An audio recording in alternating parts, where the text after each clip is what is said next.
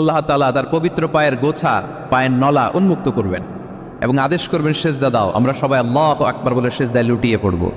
কিন্তু যারা দুনিয়া সেজদা দেয় নাই, লোক দেখানোর সেজদা দিয়েছে, ফালা ইয়াস্তাতিউন, আল্লাহ তাআলা তাদের পিঠটা লোহার মতো, রডের মতো শক্ত করে দিবেন। সেজদা দেওয়া তো দূর কি বাত, ওরা পিঠটাই বাঁকা করতে পারবে। আমরা কি করে আল্লাহ তাআলার প্রিয় ভাজন হতে পারি? আমরা কিভাবে আল্লাহ তাআলার নৈকট্য হাসিল করতে পারি?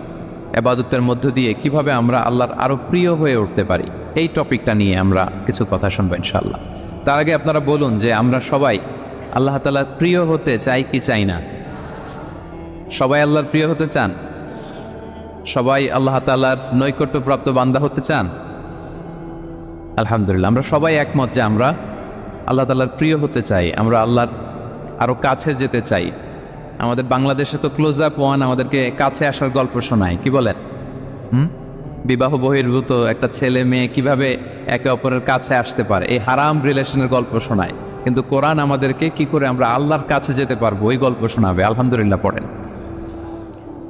তো আমরা সবাই একমত হলাম যে আমরা আল্লাহর কাছে যেতে চাই, কিন্তু কাছে যাব কি করে? তাকে তো আমরা দেখি না। আল্লাহকে দেখা যায়? দেখেছেন কেউ কখনো? আওয়াজ করে বলেন, আল্লাহকে দেখেছেন কেউ? তো যাকে দেখি না তাকে কাছে যাব কি করে? একজনকে চিনি, চিনলেই না তার কাছে যাওয়া যায়, কি বলেন? আল্লাহকে দেখা যায় না। আল্লাহ বলেন, লা তুদরিকুল আবসার ওয়া হুয়া ইউদরিকুল আবসার ওয়া হুয়াল লতীফুল খবীর। পৃথিবীর কোনো চোখ আমাকে দেখে না, কিন্তু আমি সব চোখগুলোকে দেখি।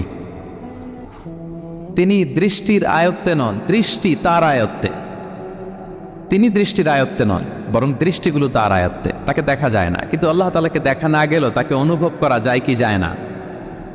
আল্লাহ তাআলা বলেন, তোমার অনুভূতি দিয়ে তুমি বুঝবে যে আমি তোমার বড্ড কাছে।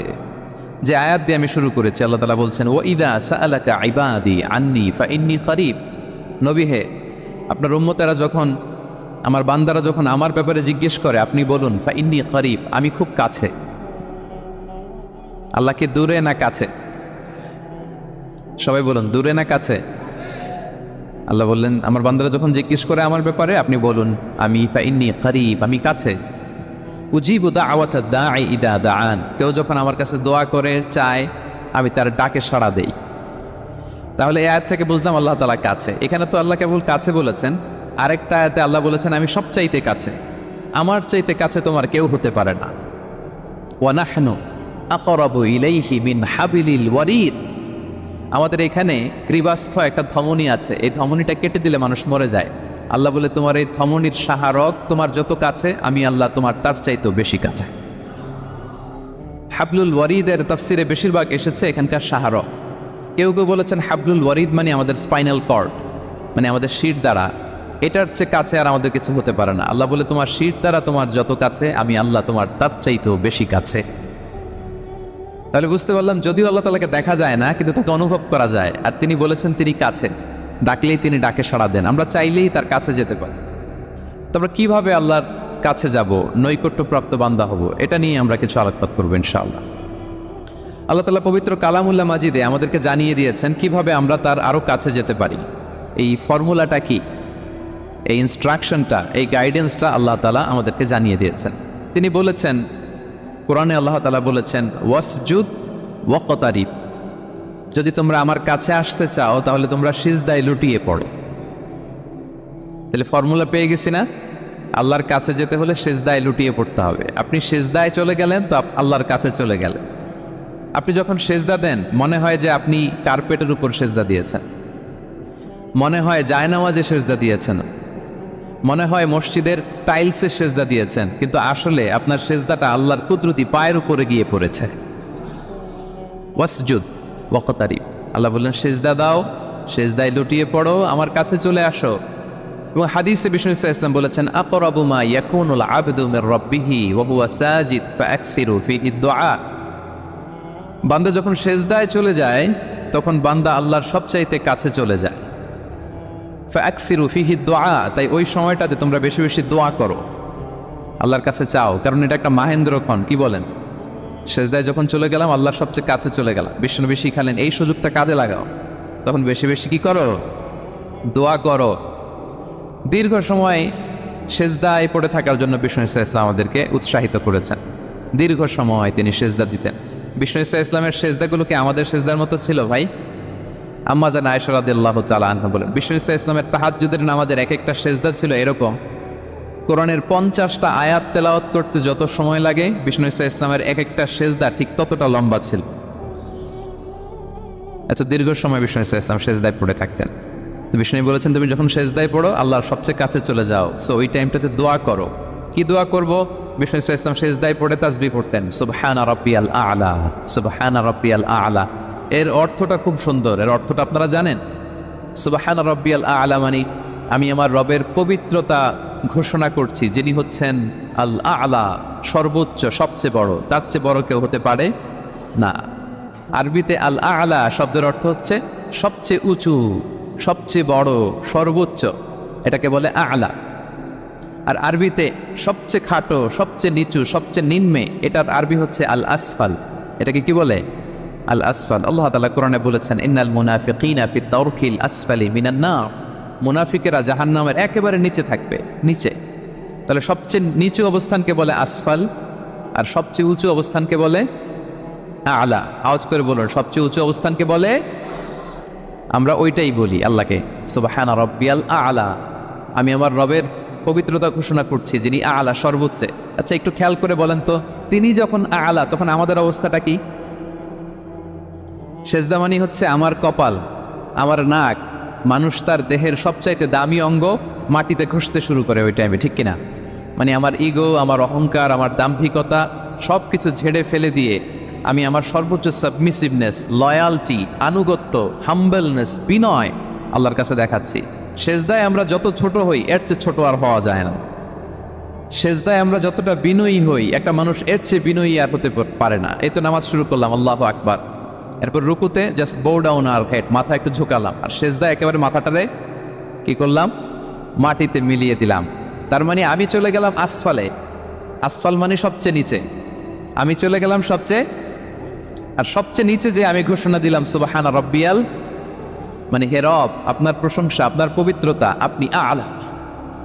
আল্লাহ, আমি আর নিজেকে এর চেয়ে তুচ্ছ করতে জানি না, এর চেয়ে ছোট আর করতে পারি না। আমি আমার নিজেকে উজাড় করে দিলাম, সবচেয়ে ছোট, তুচ্ছ, নগণ্য করে আপনার সামনে উপস্থাপন করে আমি ঘোষণা দিচ্ছি সুবহানা রাব্বিয়াল আ'লা। পবিত্রতা সেই রবের যিনি আ'লা, সর্বোচ্চ। সুবহানাল্লাহ পড়ে। তাহলে সিগনিফিকেন্সটা বুঝতে পারছেন কেন বিষ্ণু ইসলাম এটা পড়তেন সুবহানা রাব্বিয়াল আ'লা? কারণ আমি থাকি সবচেয়ে আসফালে, নিচে, আর তখন আমি ঘোষণা দেই, glory be to Allah the most high, the most high, the most high, আ'লা। আল্লাহ, আমি একেবারে নিচে, কিন্তু তুমি হচ্ছে আ'লা। মজার ব্যাপার হচ্ছে, সেজদায় আপনি যত নিচেই থাকেন না কেন, মাথা নাক নিচু করে ফিসফিস করে যাই বলেন না কেন, এটা মুহূর্তে আল্লাহর আরশে চলে যায়।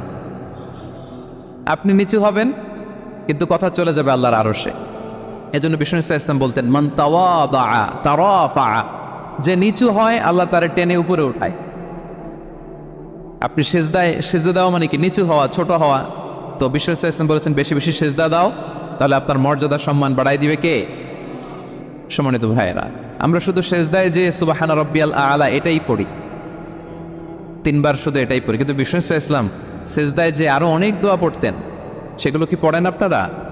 বিষ্ণু ইসলাম সুবহানা রাব্বিয়াল আ'লা এর পাশাপাশি তিনি সেজদায় যে পড়তেন সুবহানাকা আল্লাহুম্মা রাব্বানা ওয়া বিহামদিকা আল্লাহুম্মা গফিরলি। এটা জানি না আমরা। সুবহানাকা আল্লাহুম্মা রাব্বানা ওয়া বিহামদিকা আল্লাহুম্মা গফিরলি এর অর্থ হচ্ছে, হে আমার রব, আপনার পবিত্রতা ঘোষণা করছি, আপনার প্রশংসা আমরা করছি, আল্লাহ আপনি আমাকে ক্ষমা করে দেন, আল্লাহুম্মা গফিরলি। এই দোয়াটা বিষ্ণু ইসলাম পড়তেন। এছাড়াও বিষ্ণুই পড়তেন সুবহুন কুদ্দুসুন রব্বুল মালাইকাতি ওয়ার রূহ, সকল ফেরেশতাদের অধিপতি রব, সবচেয়ে বড় ফেরেশতা যার 600 পাখা, জিব্রাইলের রব, সেই রবের প্রশংসা আমি করছি। তিনি সুবহুহ, তিনি কুদ্দুস, তিনি মহাপবিত্র, the most pure, the most high. এভাবে বিষ্ণু ইসলাম আল্লাহর প্রশংসা করতেন। তিনি আরো পড়তেন, আল্লাহুম্মা গফিরলি যুনুবি কুল্লাহ দিক্কাহু ওয়া জুল্লাহ আউওয়ালাহু ওয়া আখিরাহু আলানিয়াতাহু ওয়া সিররাহ। আল্লাহ, আপনি আমার গুনাহ মাফ করেন, ছোট গুনাহ, বড় গুনাহ, প্রকাশ্য গুনাহ, গোপন গুনাহ, ইচ্ছায় করেছে যে গুনাহ, অনিচ্ছায় করেছে যে গুনাহ, আল্লাহ সব গুনাহ আপনি মাফ করে দেন। সিজদায় লুটিয়ে পড়ে বিষ্ণু ইসলাম এই দোয়াগুলো পড়তেন। তো এখন থেকে সিজদায় এই দোয়াগুলো, লম্বা চূড়া দোয়া আপনারা করবেন তো? বান্দা যখন সেজদায় লুটিয়ে পড়ে আল্লাহর সবচেয়ে কাছে চলে যায়। এবং তোমরা বেশি বেশি দোয়া করো। আল্লাহ রাসূল সাল্লাল্লাহু আলাইহি ওয়াসাল্লামের একজন সাহাবী সহিহ মুসলিমে এসেছে, সাহাবীর নাম হচ্ছে রাবিয়া। কি নাম? ওনার নাম হচ্ছে রাবিয়া ইবনু কাব আল আসলামি রাদিয়াল্লাহু তাআলা আনহু। উনি বলেন, কুনতু আবিতু ইনদা রাসূলিল্লাহ, একবার আমি রাত্রিবেলা রাসূল সাল্লাল্লাহু আলাইহি ওয়াসাল্লামের সাথে ছিলাম, কোনো এক কারণে রাসূলের সাথে রাত কাটিয়েছি। তো রাসূল সাল্লাল্লাহু আলাইহি ওয়াসাল্লাম যেহেতু তাহাজ্জুদের সালাত পড়েন, তো তিনি বলেন আমি মাঝরাতে উঠে একটা গামলা দিয়ে পাত্র দিয়ে অজুর পানি নিয়ে আসছি বিশ্বনবীর জন্য, এনে দিলাম। বিশ্বনবী এত খুশি হলেন, আমাকে বললেন সাল, হে কাব তোমার কি লাগবে চাও। উনি বললেন আসআলুকা মুরাফাকাতাকা ফিল জান্নাহ। উনি বললেন ইয়া রাসূলুল্লাহ, আপনি যদি কিছু চাইতেই বলেন তাহলে আমি জান্নাতে আপনার সাথে থাকতে চাই। দেখেন কিভাবে ওনারা সুযোগ কাজে লাগাতেন। অজুর পানি নিয়ে আসছে, বিশ্বনবী খুশি হয়ে গেলেন, বলেন তুমি কি চাও? বলে আসআলুকা মুরাফাকাতাকা ফিল জান্নাহ, বড়টাই চাইছে, ছোটখাটো জিনিস চাই নাই। নবী হে, আমি জান্নাতে আপনার সাথী হতে চাই। বিষ্ণু বললেন আওয়া গায়রা যালিক, আর কিছু চাও, অন্য কিছু লাগবে? বলতেছে না, উরিদু যাক, শুধু এইটাই চাই। তখন বিষ্ণু সাল্লাল্লাহু আলাইহি ওয়াসাল্লাম বললেন আইন্নি আলা নাফসিকা বিকাসরাতিস সুজুদ, এই মর্তবা যদি তুমি চাও তাহলে বেশি বেশি সেজদায় লুটিয়ে থাকো। আলাইকা বিকাসরাতিস সুজুদ, বেশি বেশি সেজদা দিও। যদি সেজদায় পড়ে থাকতে পারো তাহলে জান্নাতে আমার সাথী হতে পারবা। আল্লাহু আকবার। তাহলে সম্মানিত ভাইয়েরা, সেজদা দেওয়ার মধ্য দিয়ে আমরা আল্লাহর কাছে যেতে পারি। ক্লোজ আপ ওয়ান তো আমাদেরকে হারাম কাছে আসার গল্প শোনায়, কোরআন আমাদেরকে আল্লাহ তাআলার কাছে কি করে আমরা যেতে পারি এই গল্প শোনাচ্ছে। কোরআন বলে ওয়াসজুদ ওয়াকতারিব, সেজদায় লুটিয়ে পড়ো, আমি আল্লাহর কাছে আসো। তাহলে বেশি বেশি সেজদা দেওয়ার মধ্য দিয়ে আমরা আল্লাহ তাআলার প্রিয় ভাজন হতে পারি, আমরা তার কাছে যেতে পারি। এবং কিয়ামতের দিন আল্লাহ তাআলা আমাদের সবাইকে সেজদা দিতে বলবেন। সেদিন অযুত লক্ষ নিযুত কোটি কোটি মানুষ, তাদের সামনে আল্লাহ বলবেন আমাকে সেজদা দিয়ে দেখাও। আমরা দুনিয়াতে যারা আল্লাহকে প্রাণ ভরে সেজদা দিয়েছি, আমরা সেদিন আল্লাহু আকবার বলে সেজদা লুটিয়ে পড়ব। কিন্তু যারা সেজদা দেয় নাই, অথবা যারা লোক দেখানো সেজদা দিয়েছে, তারা সেজদা তো দূরের কথা, ওদের পিঠটাই বাঁকা করতে পারবে না। আল্লাহ বলেন ইয়াউমা ইউকশাফু আন সাকিন ওয়া ইউদআউনা ইলা সুজুদি ফালা ইস্তাতিউন, সেদিন আল্লাহ তাআলা তার পায়ের গোছা উন্মুক্ত করবেন। অনেকে বলে হুজুর আল্লাহর পা আছে? আছে, আল্লাহ তাআলার পা আছে, কিন্তু এই পাটা কেমন এটা আমরা জানি না, আমাদের পায়ের মতন না। লাইসা কামিসলিহি শাই, কোনো কিছু তার মতো নয়। তো তিনি কার মতো? উত্তর হচ্ছে তিনি তার মতো। সুবহানাল্লাহ পড়বেন না? লাইসা কামিসলিহি শাই, তার মতো কিছু নাই। তো তিনি কার মতো? তিনি তার মতো। ওয়ালাম ইয়াকুল্লাহু কুফুয়ান আহাদ, তার মতো, তার সমকক্ষ কোনো কিছু নাই, তিনি তার মতো। সেদিন আল্লাহ তাআলা তার পবিত্র পায়ের গোছা, পায়ের নলা উন্মুক্ত করবেন এবং আদেশ করবেন সেজদা দাও। আমরা সবাই আল্লাহু আকবার বলে সেজদায় লুটিয়ে পড়ব। কিন্তু যারা দুনিয়ায় সেজদা দেয় নাই, লোক দেখানো সেজদা দিয়েছে, ফালা ইস্তাতিউন, আল্লাহ তাআলা তাদের পিঠটা লোহার মতো, রডের মতো শক্ত করে দিবেন। সেজদা দেওয়া তো দূর কি বাত, ওরা পিঠটাই বাঁকা করতে পারবে। আমরা দুনিয়াতে যেমনি আল্লাহ তাআলাকে সেজদা দিয়েছি, সেদিনও যেন আল্লাহ তাআলাকে এভাবে সেজদা দিতে পারে। আল্লাহ তুমি তৌফিক দাও। আল্লাহুম্মা জাআলনা মিনহুম, আওয়াজ করে পড়ুন আমিন। তাহলে সম্মানিত সুধী, আমরা যদি আল্লাহর প্রিয় হতে চাই, তার নৈকট্যপ্রাপ্ত বান্দা হতে চাই, প্রথম ফর্মুলা কি বলেন আপনারা? সাজদা। আওয়াজ করে বলুন, প্রথম ফর্মুলা কি? বেশি বেশি আল্লাহর সেজদা দিতে হবে, সেজদায় দীর্ঘক্ষণ পড়ে থাকতে হবে এবং সেজদায় দোয়াগুলো করতে হবে। মনের আকুতি মিনতি জ্বালা যন্ত্রণা এগুলো আল্লাহর কাছে উপস্থাপন করতে হবে। পারা যাবে তো ইনশাআল্লাহ? এই তো গেল কোরআনিক ফর্মুলা। কোরআন আমাদেরকে জানিয়েছে যদি আল্লাহর কাছে যেতে চাও সেজদা দাও। এবার আমরা একটু হাদিসের দিকে চোখ বুলাই যে হাদিস কি বলে। হাদিসে কুদসিতে এসেছে, আল্লাহ রাব্বুল ইজ্জা ওয়াল জালাল বলেন ওমা ইয়াজালু আবদি ইয়াতাকাররাবু ইলাইয়া বিন-নওয়াফিল, আমার বান্দা যদি আমার কাছে আসতে চায় তাহলে সে যেন বেশি বেশি নফল ইবাদত করে। নফল ইবাদতের মধ্য দিয়ে সে আমার কাছে আসতে থাকে। যত বেশি নফল ইবাদত করবে আমার কাছে আসবে। হাত্তা উহিব্বাহু, এক পর্যায়ে এমন হবে যে আমি আল্লাহ তাকে ভালোবাসতে শুরু করে দিব। তার মর্তবা এত উপরে উঠে যাবে, কুনতু সামাআহুল্লাযী ইয়াসমাউ বিহা, তখন সে কান দিয়ে যখন শুনবে তার নিজ কানে শোনে না, সে আমি আল্লাহর কানে শোনে। হাত দিয়ে কিছু ধরলে সে আল্লাহর হাতে ধরে, চোখ দিয়ে দৃষ্টি করলে সে নিজ চোখে দেখে না, সে আল্লাহর চোখে দেখে। পড়ে সুবহানাল্লাহ। তাহলে কোরআন বলল সেজদা, আর হাদিস বলল নফল ইবাদত।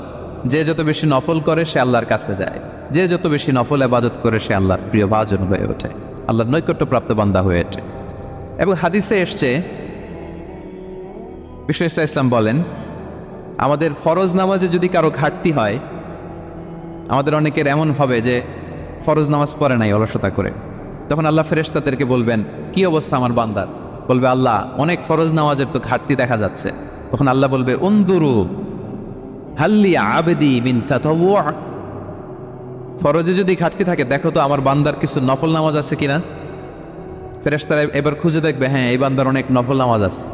তখন আল্লাহ বলবে ঠিক আছে, এই নফলগুলোরে ফরজের ভিতরে ঢুকাইয়া মেকআপ করে দাও। তাহলে বলেন নফল ইবাদতের দরকার আছে না নাই? কিয়ামতের দিন ফরজ নামাজে ঘাটতি থাকলে নফল নামাজগুলো সেখানে সাবস্টিটিউট করে আল্লাহ তাআলা আমাদেরকে বাঁচাবেন। এজন্য আমরা যেন নফল করি। ফরজ তো করতেই হবে, এটা তো কম্পালসারি, অব্লিগেটরি, আল্লাহর মাইট থেকে বাঁচার জন্য করতেই হবে। কিন্তু আল্লাহর প্রিয় হইতে হইলে নফল ইবাদত করতে হবে। ওটাকে বলে অপশনাল, ওটা হচ্ছে ওভার টাইম। আপনারা ভালো বুঝবেন, এটা কি বলে? Over time. ওভার টাইমের বেতন কিন্তু মূল বেতনেরও বেশি, বেসিকের চেয়ে বেশি। বেসিকে যদি পার আওয়ার 20 রিঙ্গিট হয়, তো ওভার টাইমে পার আওয়ার কত? 30 রিঙ্গিট, 40 রিঙ্গিট, ঠিক কিনা? তো এই জন্য নফলগুলোকে যেন আমরা ছোট মনে না করি প্রিয় ভাইরা। তাহলে আমরা ফর্মুলা পেয়ে গেলাম, আল্লাহ তাআলার প্রিয় হতে চাইলে দুটি কাজ, কোরআন বলে সিজদায় লুটিয়ে পড়ো, আর হাদিস বলে বেশি বেশি নফল ইবাদত করো। আমরা কি করতে পারি, কি কি নফল ইবাদত করে আল্লাহ তাআলার প্রিয় হতে পারি, আমি দুই একটি আপনাদের সাথে শেয়ার করবো ইনশাআল্লাহ।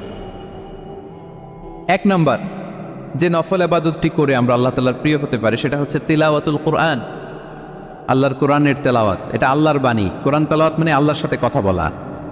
ইনদামা তাতলুল কোরআন কাআন্নামা আনতা তুনাজি মা রাব্বিক, যখন আপনি কোরআন তেলাওয়াত করেন কাইন্ড অফ আপনি আল্লাহর সাথে মোনাজাত করেন, মানে একান্ত আলাপন করেন, আলাপচারিতা করেন।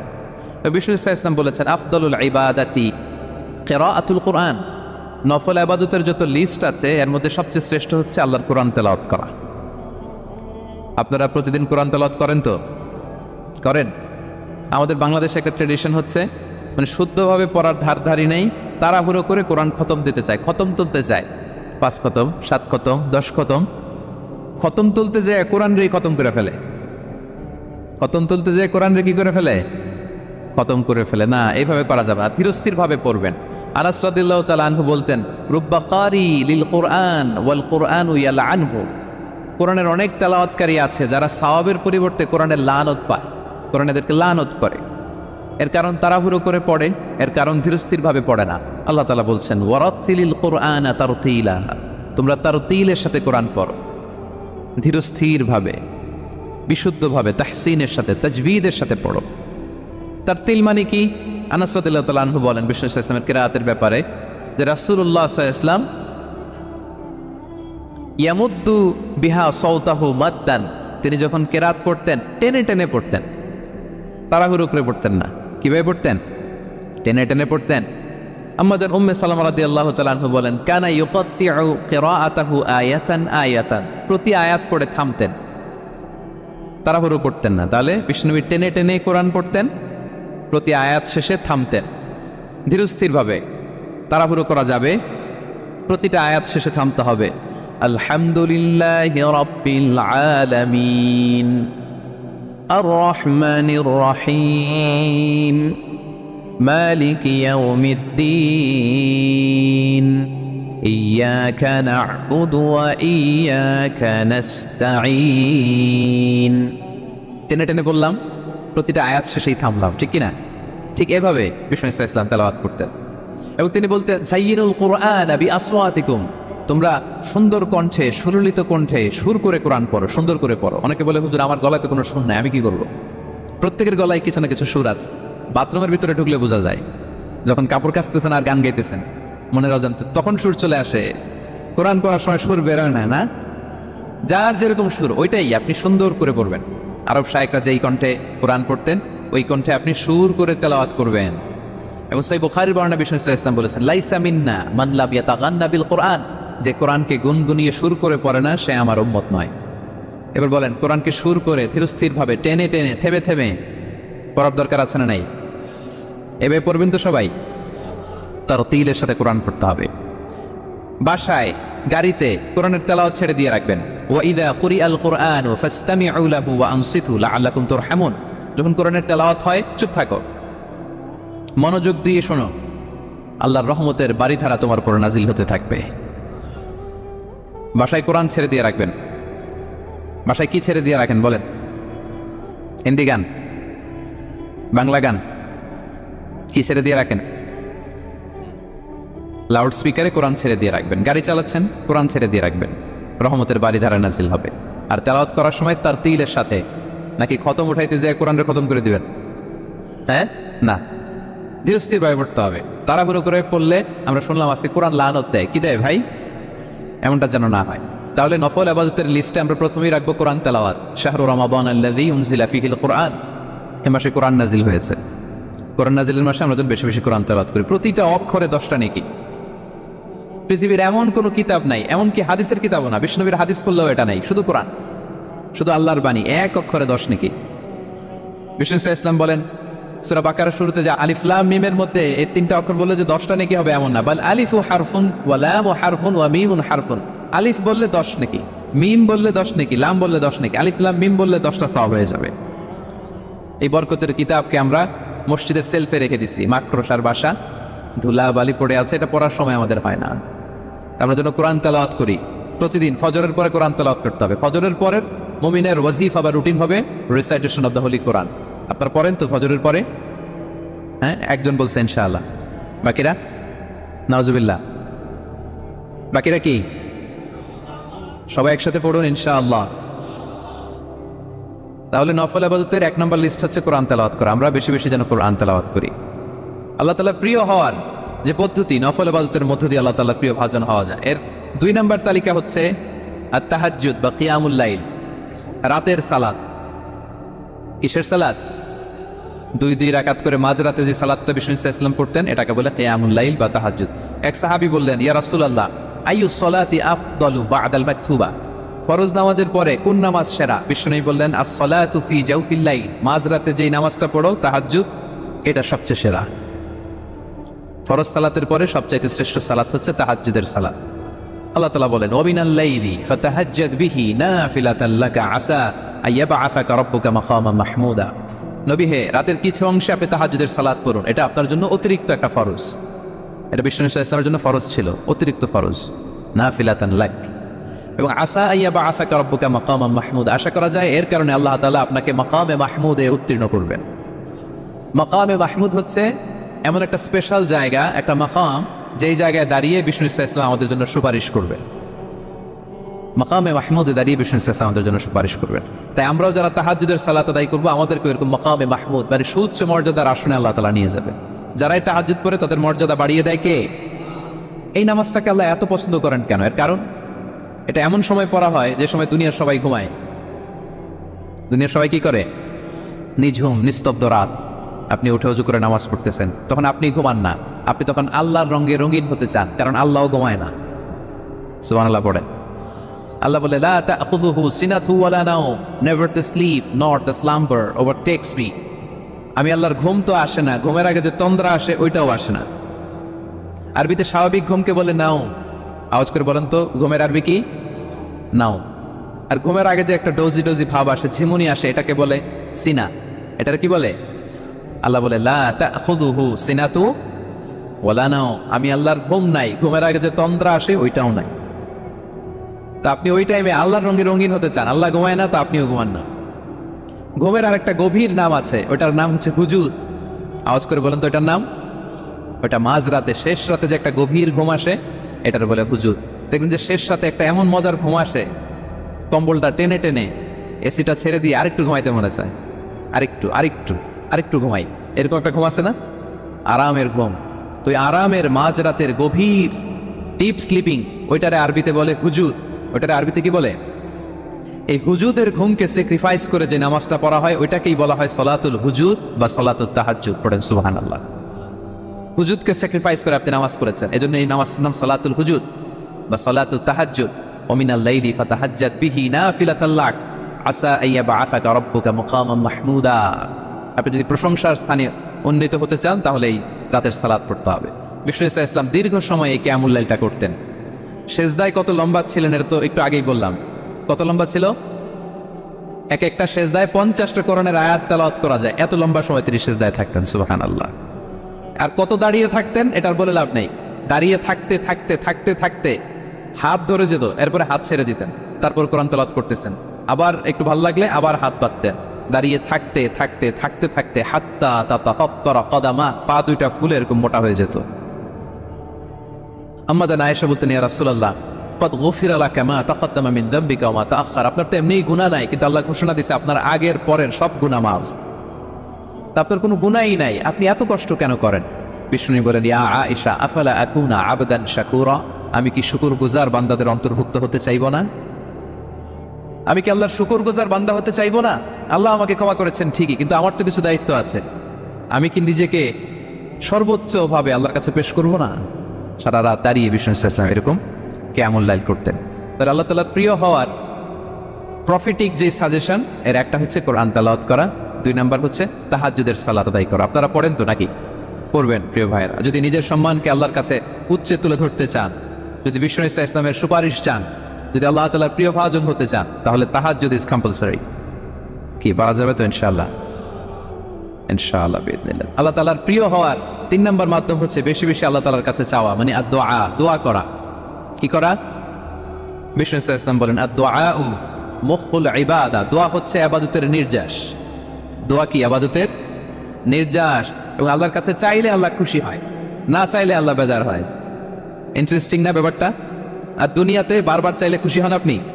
একটা বিষয় নিয়ে একজনের কাছে গেলাম, ভাই একটু বিপদে পড়ছি, একটু হেল্প করেন, করলো।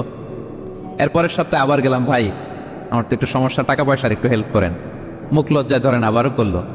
এরপরের সপ্তাহে আবার গেলাম, ভাই বিপদে পড়ছি, একটু হেল্প করেন। এবার কেমন লাগবে বলেন তো?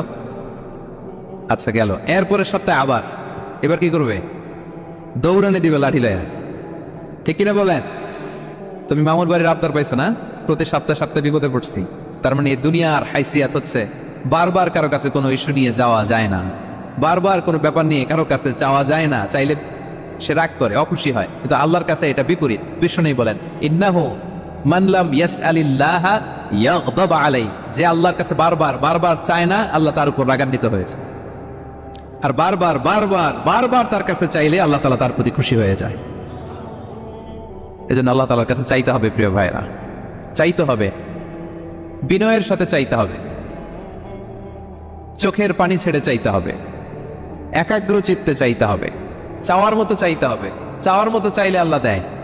যারা চাইতে পারে আল্লাহর কাছে, তারা আল্লাহর কাছ থেকে নিয়ে ছাড়ে। দেখবেন যেই বাচ্চা কাঁদে বেশি, ওই বাচ্চাকে মা দুধ খাওয়ায় বেশি, ঠিক কিনা? আর যেটা কাঁদে টাতে না, ওইটা টেক কেয়ারও কম। যেই ফ্যামিলিতে অনেক বাচ্চা কাচ্চা, দেখবেন যেটা কাঁদে বেশি, ওইটা টেক কেয়ারও বেশি। তো আপনি যত চাইবেন আল্লাহ তাআলা তত খুশি হয় আপনার প্রতি। কিভাবে চাবো? একাগ্র চিত্তে চাইতে হবে। আমরা অনেক সময় দোয়াও করি, আবার আরেক দিকে তাকায় আছি। এই যে দোয়া করতেছি, দেখেন, আল্লাহুম্মা আমিন, রব্বানা আতিনা ফিদ দুনিয়া হাসানা ওয়া ফিল আখিরাতি হাসানা। দোয়াও করতেছে, ইন্টেরিয়র ডিজাইনও দেখতেছে। এটা দোয়া হইছে? কথা বলেন না কেন? দোয়া হইছে? আবার দোয়াও করতেছে, দোকানের হিসাবও মিলাইতেছে, রব্বানা আতিনা ফিদ দুনিয়া। দোয়াও চলতেছে, আর দোকানের হিসাব কিতাব যা আছে, এরকম দোয়াও আছে না নাই? এটার একটা আমি নাম দিছি, এটারে আমি বলি রোবোটিক দোয়া। মানে রোবট, আপনি একটা সিস্টেম অন করে দিবেন, ওটা করতেছে, এটার কোনো প্রাণ নাই, ওটার মধ্যে কোনো অনুভূতি নাই, কোনো রিয়েলাইজেশন নাই।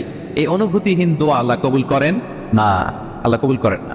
আপনার দোয়ায় প্রাণ থাকতে হবে, এখানে আপনার ধ্যান থাকতে হবে, মন থাকতে হবে, আপনার আকুতি থাকতে হবে, চাওয়ার মতো আল্লাহর কাছে চাইতে হবে। কিভাবে চাবেন? বিনয়ের সাথে চাবেন, আর ইয়াকিন রাখবেন আমার দোয়া আল্লাহ কবুল করবেই।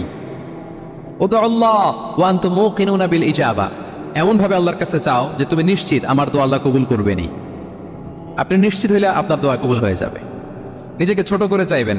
ফাসআলুল্লাহ বিবুতুনি আকুফিকুম, বিষ্ণু বলে তোমাদের হাতের তালুগুলো উপরের দিকে, ভিক্ষুকরা যেমন চায়, স্যার 2 দিন ধরে কিছু খাই নাই স্যার, 2টা টাকা দেন, এই যে এইভাবে যে চায় হাত পাতে, এরকম হাতের তালুগুলো উপরের দিকে করে ভিক্ষুকের মতো আল্লাহর কাছে চাও। হাত তুলে চাও। হাত না তুলেও দোয়া করা যায়, হাত তুলেও করা যায়, কিন্তু বিষ্ণু বলেন হাত তুলে চাও, কারণ ইন্নাল্লাহা হাইয়ুন কারীম, আল্লাহ বড় লাজুক এবং লজ্জাশীল। বান্দা যখন হাত তুলে ভিক্ষুকের মতো কিছু চায়, ওই হাত খালি হাতে ফিরিয়ে দিতে আল্লাহ লজ্জা লাগে, খালি হাতে ফিরিয়ে দিতে আল্লাহ লজ্জা পান। হাত তুলে চাইবেন। দোয়াতে আল্লাহর নামগুলো ধরে ধরে ডাকুন, ইয়া আল্লাহ, ইয়া রহমান, ইয়া রহিম, ইয়া হাইয়ু, ইয়া কাইয়ুম বিরহমাতিকা আস্তাগীথ। আল্লাহ নাম ধরে ধরে চান, ওই দোয়া আল্লাহ কবুল করবেন। বিশ্বনবীর উপর দুরূদ পড়েন, যে বিশ্বনবীর উপর দুরূদ পড়ে না, ওই দোয়া আল্লাহর কাছে কবুল হয় না, এটা আকাশে পেন্ডিং থাকে। কুল্লু দুআ মুআল্লাক মাহজুব বাইনাস সামাই ওয়াল আরদি মা লাম ইউসাল্লা আলাইয়া।